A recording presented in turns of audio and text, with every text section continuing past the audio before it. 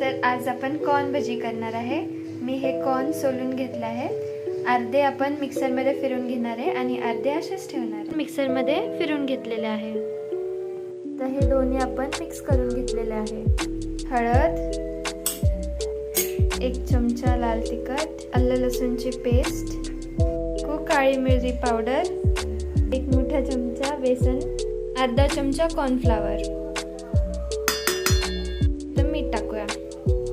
आता ह्याच्यात पाणी टाकून भजी सारखं मिक्स करूया। ह्याला जास्त पाणी लागत नाही, तर पाणी थोडंसंच टाका आणि लास्टला कोथिंबीर टाका।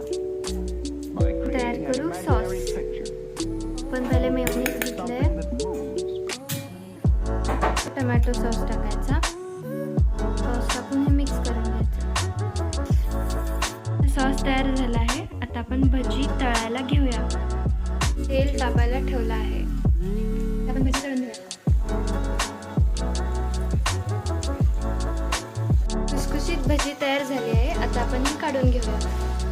तर हे तयार झाले आहे। तुम्ही नक्की ट्राय करा।